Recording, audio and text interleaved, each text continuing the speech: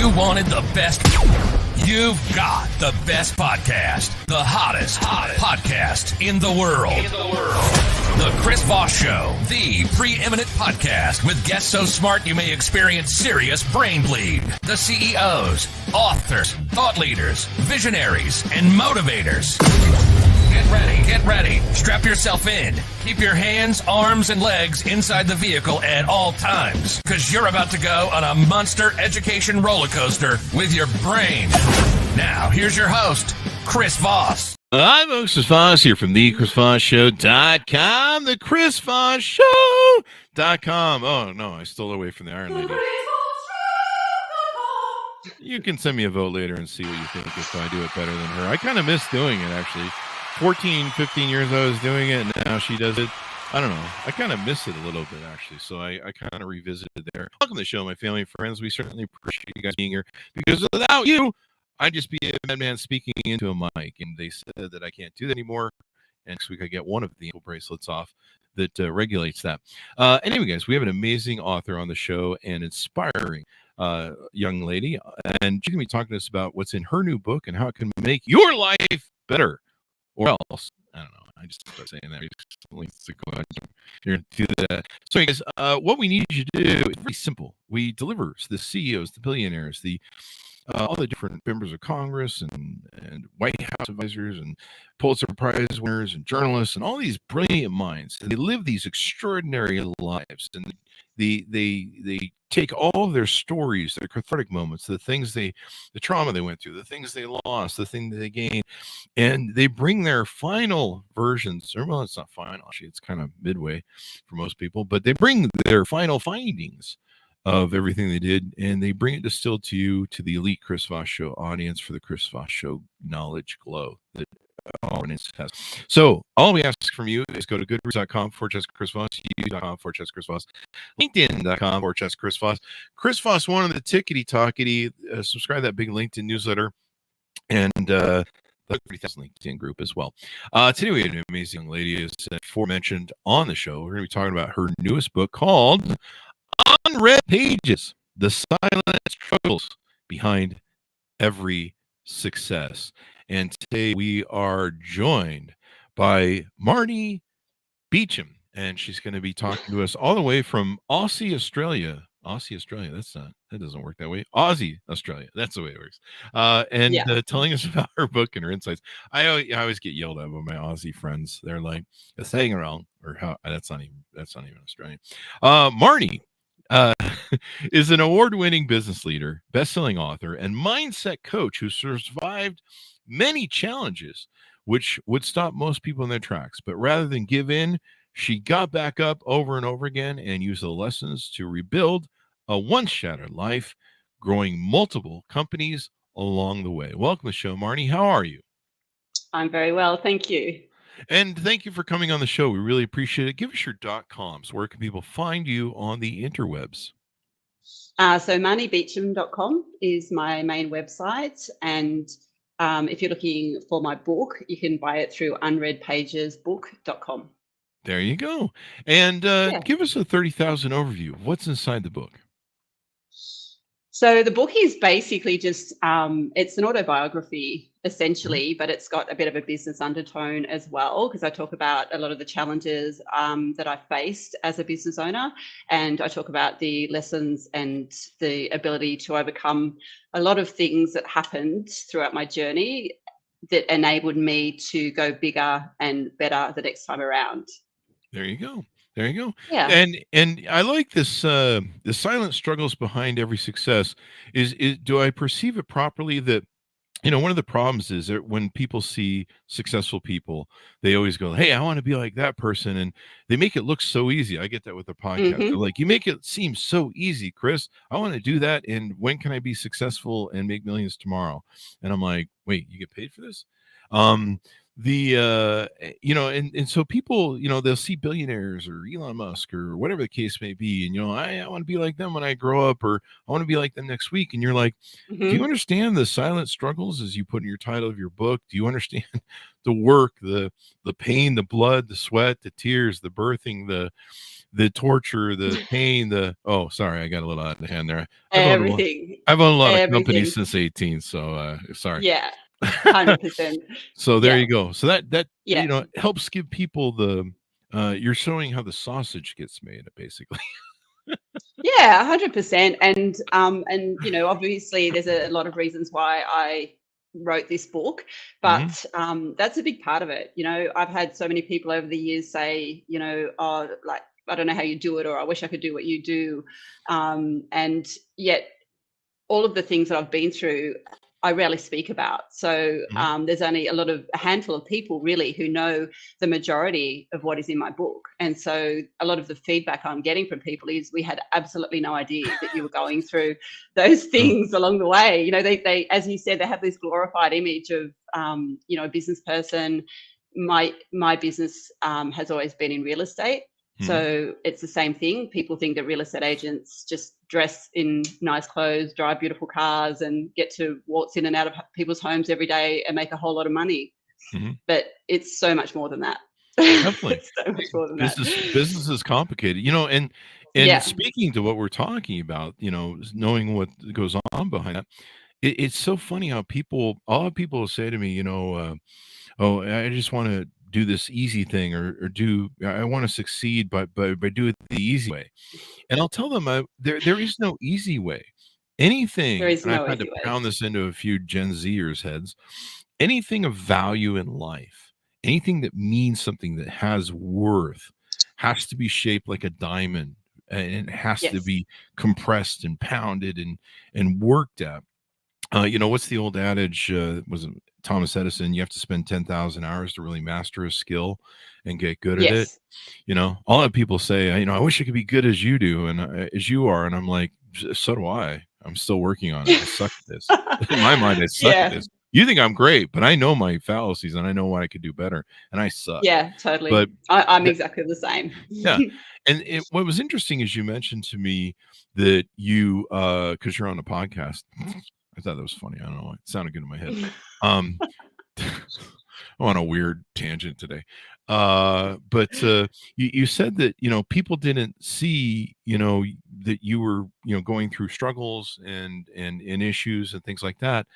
And it kind of gave me an epiphany that, people that you identify as victims because they're always doing the victim thing, like Hmm. you always know who that one, you're like, oh, I don't want to talk to Bob. Bob's always have some, whatever's going on with Bob because Bob's, got problems. But then there are people that are successful, that are motivated, that are entrepreneurs that, you just don't have time to sit there and, put a billboard up. And, I remember going to a Tori Amos concert and she told the story about how she was always playing victim mode. And one of her friends came to her one time and said, hey, man, get off the cross. We need the wood. Quit putting yourself up on it. And it, like, I love that. it hit her in the head. She's like, wait, oh, okay. They know what's up. 100%. Yeah. And so it's interesting to me the difference between the mindset of an entrepreneur and the mindset of maybe someone who's always in victim mode. Yes. Yeah. Yes. So there you go. You Yes. gotta. I look at it as a fixed mindset versus a growth mindset. There you go. Now, in your Mm. book, you talk about a few other things that not just business related, but you divorce and other things, financial ruin, personal tragedy, health crisis, loss, and grief. This is all stuff I did last Friday, or I do every Friday. That's Fridays around here. That's the joke. Okay. Took me a couple rounds to get that callback done. Tell us Yeah. about your origin story. How'd you grow up? What shaped you and got you down this road? Whose fault is it? So my dad's. I'll blame him. Actually, it's his birthday today, so Oh, yeah, it's wow. actually quite an opportune Happy birthday, time. Dad. Yeah, he's passed, but yeah, Oh, it's his birthday, so it's a nice day to be doing the podcast. there you go. So yeah, I definitely blame him. So I grew up in just a small suburb in Western Sydney, just a very normal upbringing. I have two younger brothers. My dad did a did a series of different jobs before deciding. He virtually came home one day and said to my mum, "I'm buying a truck yard." And she was like, "What are you talking about?" And I think I was around maybe 11 or 12 at the time. And I had always been extremely close with my dad. So basically anything that my brothers and my dad did, I did. So, racing go-karts, I played soccer instead of netball and doing all that sort of thing. So he went off and bought this truck yard, and he literally transformed this little thing into a nationally known multi-million-dollar business. Wow. And I used to go to work with my dad all the time, every school holidays, every weekend I'd be down there and just absorbing and watching everything. And so by the time I got to high school, when people say, what do you want to do when you grow up? My answer was always, I want to have my own business. Ah. And obviously they would say, doing what? And I had no idea at the time. So Yeah. I said, I've got no idea, but that's my goal. So I think that we absorb things around us without even realizing. And, we develop those, I guess, those skills and that mindset. And, my mindset growing up with brothers and a dad who, I say in my book, Dad loved speed, obviously the racing kind of speed. Uh-huh. And so We might clarify that. Yeah. Clarify that.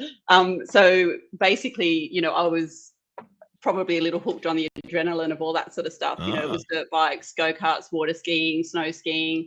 And so I have had this innate thing inside me where I've been a high achiever. I never want to miss out on anything, and I want to do what everybody else does and be amazing at it. So I just think that growing up through that is what created an opportunity for me in business. Like, I didn't go looking for it. I just had this feeling that I had to take opportunities whenever they opened up, and eventually the right thing would come along, and it did out of nowhere. Yeah. There you go. And what was that? It was a real estate agency. So I started out in accounting, which was never going to be where I wanted to stay. But not a thrill, probably. Maybe. No. So you're used to racing. That's not a racing business. Yeah. It's not at all. And obviously maths was never my strong point at school. Writing, I was always a bit more of a creative. So yeah, I took a job straight out of school, which essentially for me was just getting me into the workforce, a bit of life experience, and to save some money, travel, because that's what I wanted to do first and foremost. And then I just ended up being noticed by an accountant in the parent office, and they asked me to come do an associate diploma in accounting. At the time, it wasn't what I wanted to do, but I thought it's a stepping stone, and to have my own business, it's going to give me a really good foundation. Yeah. So I did that, and eventually worked my way quite a ways up in the company. Went off and did some traveling, and then relocated to the South Coast, and opportunistically walked into a real estate agency one day looking for property. I had been headhunted when I went on the coast to work for a property developer. So I did that for 5 years, and did the property development, the real estate course. And it turns out that the TAFE teacher that did my course was actually managing that real estate agency. And the accountant came out and offered me a job. And then within 12 to 18 months, I actually bought into that business. Wow. There you go. Becoming a real estate agent. And so there's a marriage and a divorce that plays out somewhere in your story, and some of the journey there. So tell us a little bit more how how that all played out and some of the challenges it threw at you. Yeah, so there was actually two. I'm a bit of a higher achiever. There you go. So my first husband and I separated when my girls were quite young. And that year was literally the worst year of my life. I went through the three major crises that we normally go through in life that year, which was divorce, the loss of my dad, and financial ruin, all in the space of 12 months. So the timing of that wasn't very good, but these things happen, and it's never good. It's never good. You bring up a good point, because we have these cathartic times in our life where just everything's like the whole world just comes at us, and our identity and comes crushing down on us. And then in the meantime, you're trying to run your business too. So how does that all play out, or how did you overcome that? So basically, I just had to find ways to adapt, and it meant working very long hours around the kids. For me, I haven't ever cared about hard work. So, if I have to work till 2 o'clock in the morning, that's what I do. I have to be back up at 7 or 6. That's what I do. But it was a challenge, and I did decide after maybe about 6 to 8 months that it was probably time to sell the business. I had been very successful with that business. So I grew it. The first year that I owned it, we increased our profit by 400%. Wow. We became equal number one agency in the area. I grew the team from 4 people to 12 people. So it was something that I was really proud of. But I think that I was probably in a space where I was letting my heart make decisions rather than my head at that time. And so I rushed into a sale on the business and ended the franchisor for $1 million in damages. Wow. Yeah. So that was just, I can't even explain how difficult that was. In spite of it, with everything else stacked on top of you. But 100%. So I literally, the court case, nothing resulted except that we went into mediation, but it took 6 months and cost me everything. I literally lost everything I had. And I came out of it with a massive hundreds of thousands of dollars in debt. And I put my company into voluntary administration. One of the reasons was to try to stop the court case. And also I really had nothing left anyway. I started to fill out bankruptcy papers and then made a decision one day that I wasn't going to do that. I had the choice. I could have let the company go. I could have gone into bankruptcy. I could have gotten out of paying back all of the debts, clean slate. But I wasn't prepared to do that. So I literally bought my company back at a cost of over $100,000, and it took me 5 years, but I paid off every single cent of that debt to the solicitors, the accountants, the barristers, everybody that was involved. Never give up. No, there's no way. To me, I don't see failure as failure. I see failure as lessons. But there was no way I was just gonna, let that sit and have that hanging over my head. So hard work. And then a month after the court case was finally stopped, and, I was sitting in the park, my kids wanted an ice cream and I had $1.76 in my bank account. Wow. So I couldn't even buy my kids an ice cream. I literally had nothing. And it was the toughest time of my life. And then I think another maybe 4 or 5 weeks after that, my dad died suddenly. Wow. That's a kick. And your dad's an anchor in your life. He is for most. He was my mentor in business. He was my, they say about, your daddy's little girl. That was me. He was everything. So it was extremely hard. Yeah, it was. I thought I'd hit rock bottom after the court case. Yeah. But I hadn't. And then when that happened, I was just, it was, I can't even explain it. It was tough, but it is tough because you're stripped. A lot of this stuff is your identity. And so you built an identity in life. The people in your life are part of your identity. As you said, daddy's girl, and having him as a business a mentor and probably stuff and an advisor was probably important. And then your marriage, for a lot of people, marriage is an identity. I don't know why, but I'm just doing jokes. I'm single. Me and Bill Maher, we can't afford to get divorced. But no, I get it. Marriage is an identity. People have an identity. The union that they have, they get married and they're like, this is going to be the person I'm going to hate for the rest of my life. No, I'm just kidding, folks. That's but it's an identity. All these things. Your business is an identity. When you build a business, the stuff you have. I went through my cathartic time of losing everything in 2008 when the housing crisis, what we call in America the Great Recession. I think you guys had a little bit of it. We did. We shared it with Europe pretty well. I know. We like to share as Americans. That's what we do. Yeah. We share democracy, or else we get the nukes. But that's how we roll. The asshole Americans. It's good to be whatever. Anyway, enough jokes about that. But these are all identities, and when you're Yeah. stripped of your identity, you feel like you're losing everything. I felt like I was losing. I lost everything, and then to make it Mm. worse, I'd start a lot of companies. We had an empire that went down with the Yeah. 2008 thing. Nothing was working, and it wasn't just me too. That was the one excuse I had. I'm like, well, everyone's in the shitter right now, so Mm. we're all trying to figure out how to make this stupid economy thing roll again. And so trying everything and it still isn't working. And I remember my friends said to me, they go, Chris, you have tried so many new companies, businesses, and business ideas, just anything to try and make a buck. If it came out on the news that you were an international gun runner selling weapons, we wouldn't be surprised, because you tried everything, buddy. At this point, it's just you're just trying, and finally I got some things to stick at the bottom.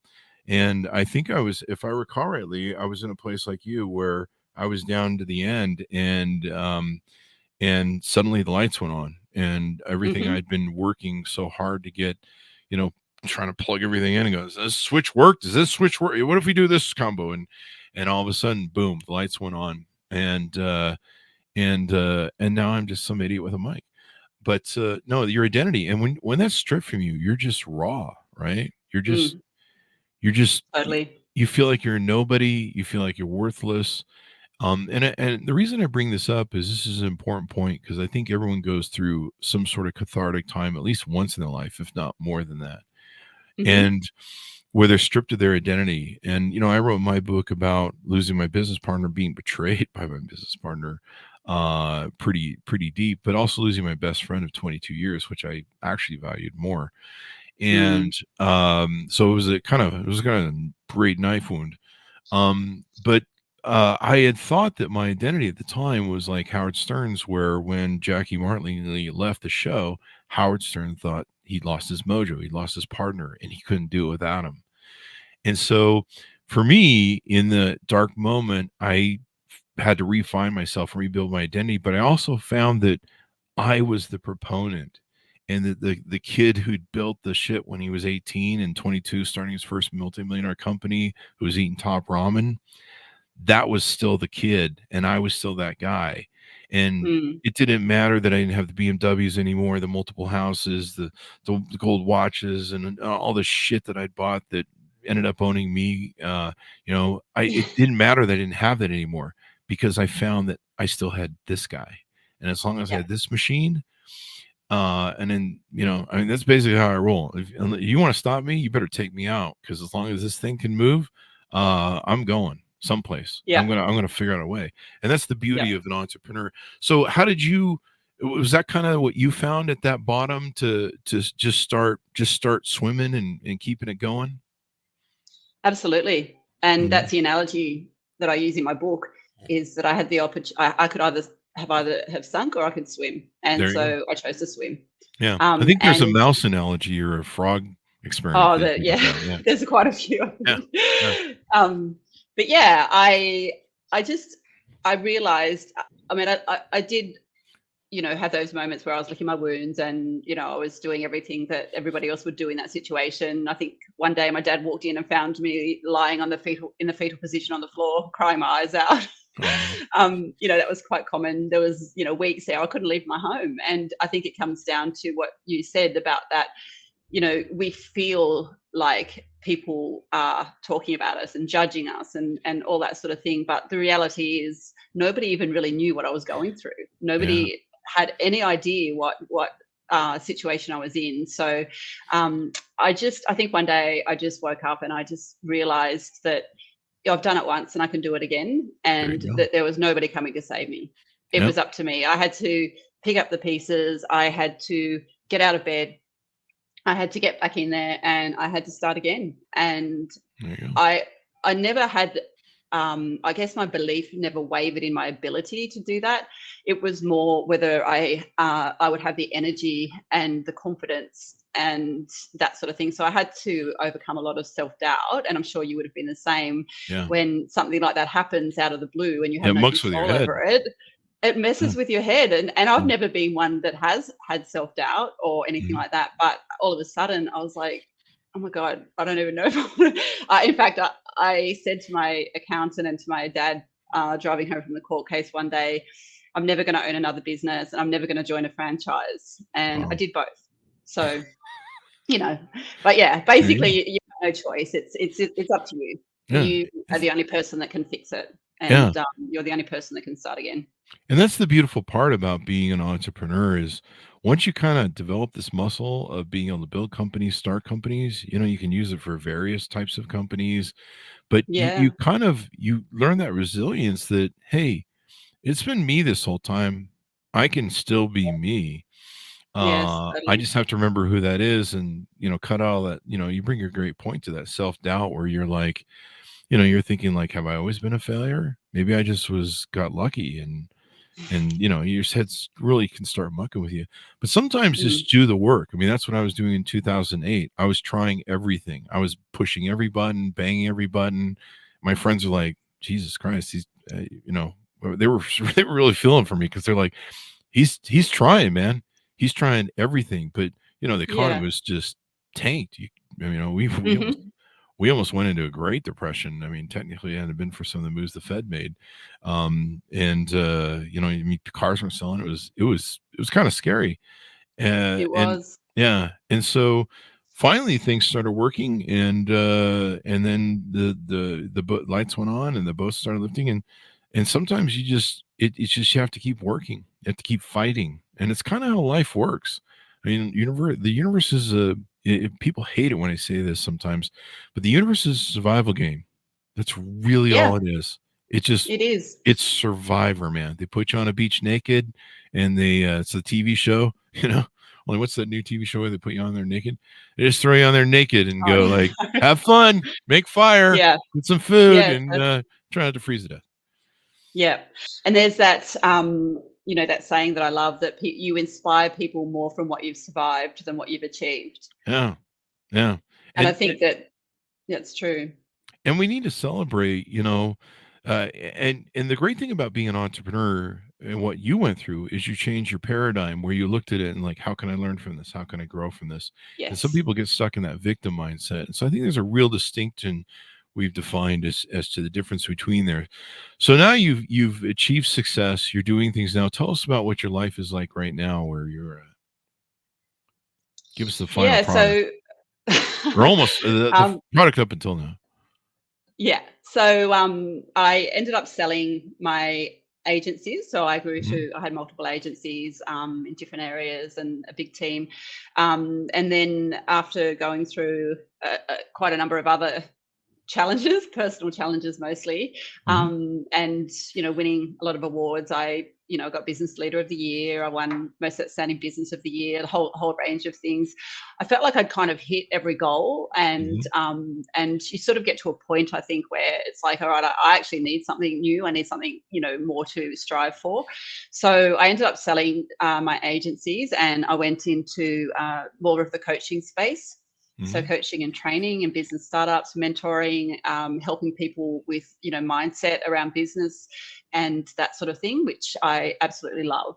Mhm. Besides that, I have been working on an app for about 3 years, which is Yeah. very, very close to being completed. So we're kind of literally in the final stages right now. So I put a lot of effort into that, and obviously I wrote my book. There you So go. And now you're yeah. you're getting to share your story. But I love how you're sharing, how the sausage gets made. I know people. Mm. That's a kind of a tough term to swallow because no one wants to hear about the rat tails. But Not really. it drives me mental when I see people in life. They're like, I want to be like that guy, and I'm like, do you know how much hard work went into that? Oh, I'm sure it wasn't that big of a deal. I'm sure it's easy. Mm. Have fun with that, buddy. People do It's that not too. easy. You know what it's like. People come up to you and they go, Yeah. "Hey, I want to be as successful as you are," and you're like, "Okay," and they go, "Yeah, yeah. Tell me the couple secrets so I can be, like you tomorrow." And you're like, Mhm. "That's not the way it works." Like, you gotta have a little bit of luck. You gotta have, as you talk about in your book, a lot of persistence. Yes. There's a lot of problems you're gonna solve. There's a lot of adversity. There is no I mean, if there's somebody out here who has had a clean sale all their life without any problems, I want to find them and beat them to death because I'll be the guy who does it. Me too. Um, I'll be with you. but I'm pretty sure from what I've seen, even movie stars, ultra rich people, Yeah, we 100. kind of Yeah. assume that they're like, that somehow they got the perfect line or the perfect thread right to success, and they didn't usually. They have their stories, and so it's a challenge to go through this, and I think it's cool now that you're helping people know how to start a business, but also telling people the ugly part of what success is about, because Mm. everyone loves it when you're on top and you hit the big time and they're like, oh, it must have been so easy, and you're just like, yeah, yeah, I can't feel my legs. Yeah, exactly. which, which I Exactly. can't. Yeah. No, but I'm just kidding. Yeah. So there you go. What is some Yeah. advice you give to aspiring entrepreneurs about embracing challenges on their growth journeys? I think the biggest thing is that the sooner that you lean into it and face up to it, the better, Mm, because we spend so much time avoiding things, like avoiding answering emails, avoiding mm, making phone calls, avoiding challenges, or pulling over that staff member that you need to talk to. mm. And all it does is manifest, and it just builds and builds, and it becomes such a big task that eventually it gets swept under the mat and you don't ever overcome it. So for me, it's like and I'm a procrastinator, I'm an overthinker. I'm a people pleaser. I don't like confrontation. So a lot of those things are quite difficult for me. But what I've kind of learned over the years is that the best thing that you can do is to count yourself down and just do it. Don't overthink it. I think our conscious mind is slower than our subconscious mind. So the minute something sort of pops into your head that you have to do, or then you do that before your conscious mind starts to talk you out of There you it. go. That's been something I've always focused on. But yeah, otherwise, I just think you have to accept that there are going to be challenges, and you have to just ride the wave. You have to deal with it, whatever it is, as soon as it comes up, and you have to know that there is a lesson in every single challenge that you're going to Oh. face, and you need to take that lesson on board. And next time around, you know how to do it bigger or better. And I like what you bring to it, because we can look at, there's an old thing that, how we approach problems that come to us, Hmm. how we utilize them or perceive them makes all the Yes. difference. So like, you can have something bad happen to you and you can go, oh my God, victim mode. Why me? Why was I punished? The world hates me, whatever, whatever the hell. Or you can go, okay, that happened. Bit of anomaly, maybe, but how can I learn from this to make sure it doesn't happen again? How can I Yeah. utilize this? And I Yep. think that's the real difference that separates people who fail and consistently fail and maybe never succeed, at least in maybe some of the things they want to, or whether they're an entrepreneur or business, and successful business owners like yourself, Mm. where they go, okay, this happened. How can we grow from this? How can we learn from this? How can we adjust for this? What is this telling me? Failure is we talked about this. It's kind of been a theme on this show. Come to think of it, did you plan this? But business failure and resolving those failures has kind of been a theme the last week, and part of really what running a business is, you're constantly fixing failures and problems. You're just constantly Yep. problem fixing. Yes. People are gonna hate me because I think I've said this 3 shows in a row now, but like I said, it's been a theme. I was watching this guy on TikTok that I watch who sells private airplanes, and he's been doing it for 40 years, and he sells to the, all the guys who got a couple bucks there. And he talks about his things. It's kind of interesting to see his life and how he does it. And Mm. maybe when I grow up, I could be him or something. But I'm still working on getting my first plane. But he made a day in the life the other day that I watched, and it was really amazing Ah. how he goes through his day, and it was really amazing. He goes to the gym in the middle of the day, which I'm like, wow. Mm. Um, I used to do that too. do you I see? used to, yeah. Yeah. I made sure I split my day, and yeah. I may start doing that because I'm at Mm. the age where I need that extra pump, but I don't know. Sometimes I wreck myself at the gym, so maybe I need to pace myself or something. That, and he goes back to the office in a suit, so I'm like, wait. Were you all sweaty in there? What's going on? But he talked about how he's been in the plane business for 40 years. And he goes, Mm, you know what's interesting is that for 40 years, I still have to solve new problems. Every mhm. day is just problem solving. And he goes, there's new problems, new issues, new regulations, new technology. He goes, I'm constantly, and you would think after 40 years that, this would just be it. You just sleepwalk through it all. You're just like, yeah, you just do this, you just do that.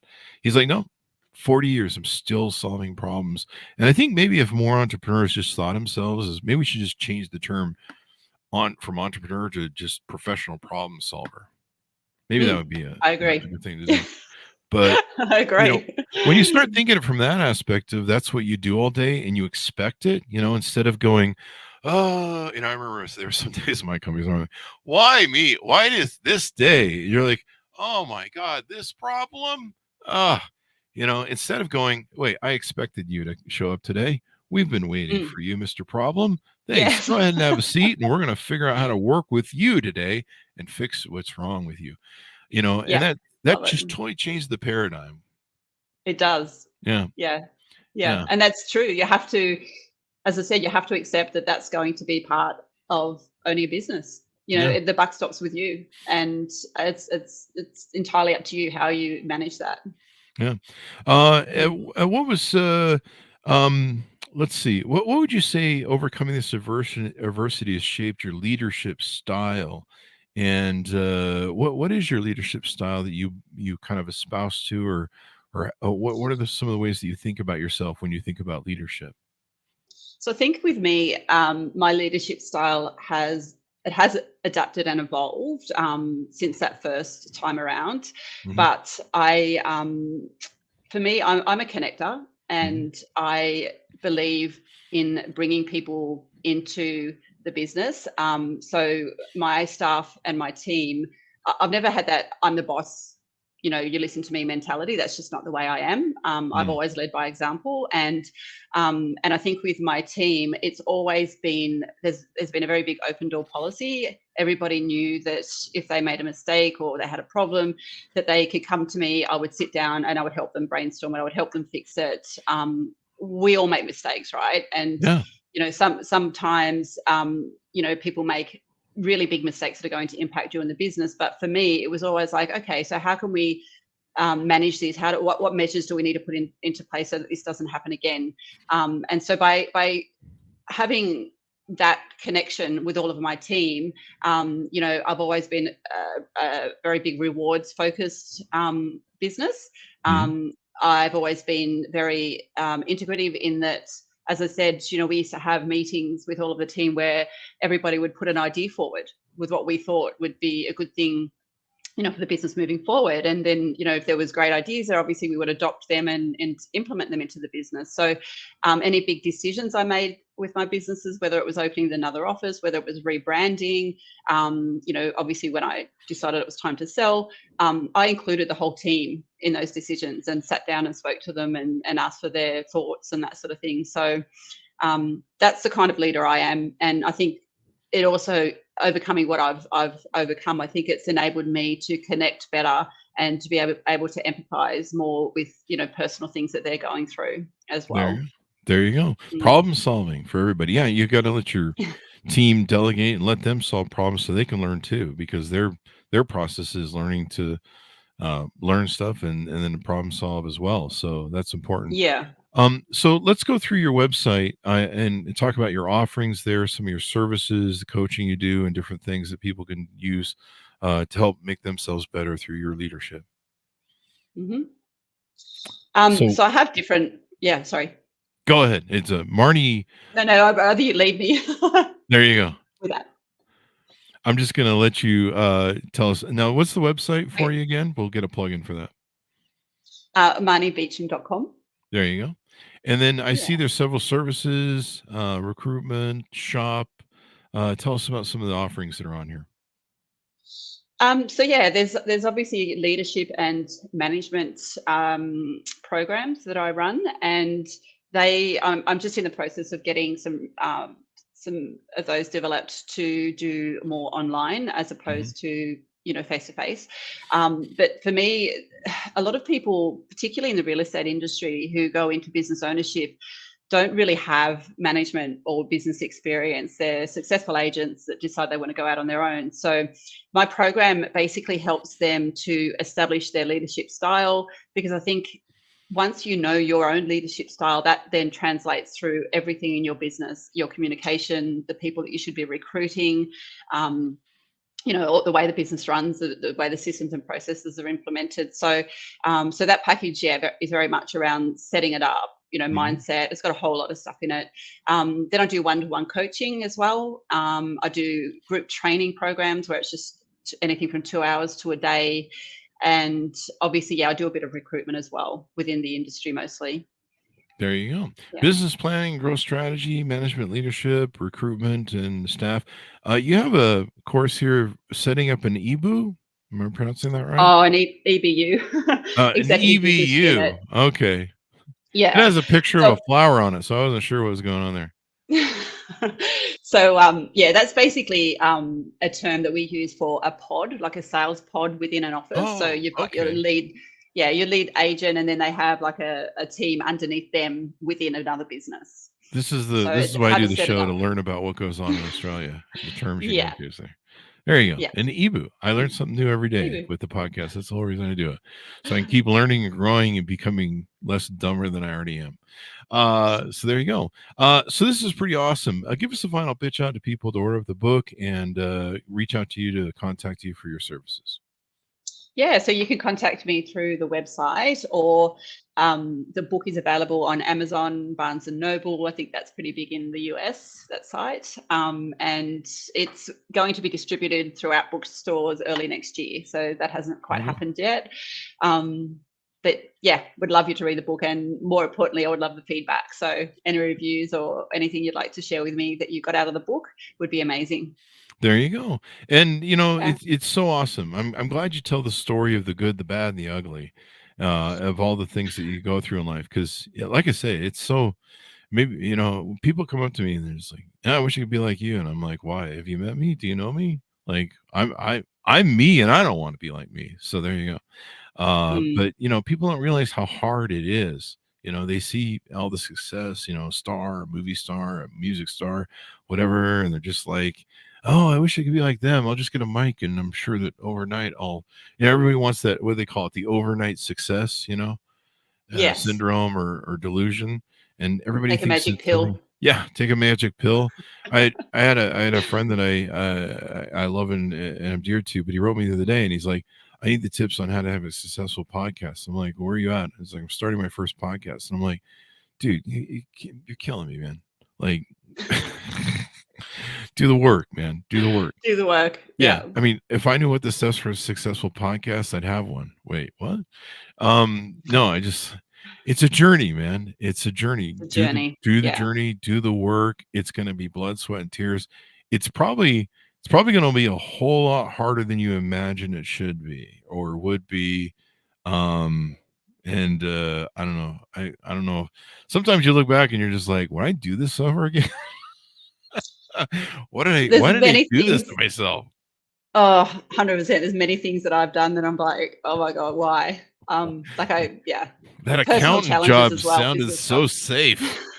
I could have saved myself a lot of hell. But the lifestyle, I know I could have, but it was not me. But the lifestyle that you can lead, and the being self-actualized, controlling your life, the freedom, and stuff. But you have to hone your discipline. You have to hone all your skills of character, resilience, and everything else. Thank you very much, Marnie, for coming on the show. You've been super inspiring, and we really appreciate it. Thank you.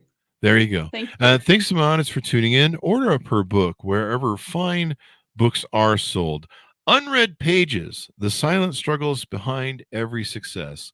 October 4th, 2023. Folks, it's never as easy as you think it's going to be. In fact, it's probably 10 trillion times harder, but the person it will shape you into is a much more aligned person where you're I want to say self-absorbed. I have that too. But you're self-actualized, you're self accountable, and it will change your life in so many ways. It's worth it in the end, at least most times. I don't know what that means. I'll just leave that as there's a joke. Thanks for tuning in, everyone. Go to goodreads.com/Chris Voss, LinkedIn.com/Chris Voss. Chris Voss won the TikTokity. Subscribe to that big LinkedIn newsletter, 130,000 LinkedIn group as well. Thanks for tuning in. Be good to each other. Stay safe. And we'll see you guys next time.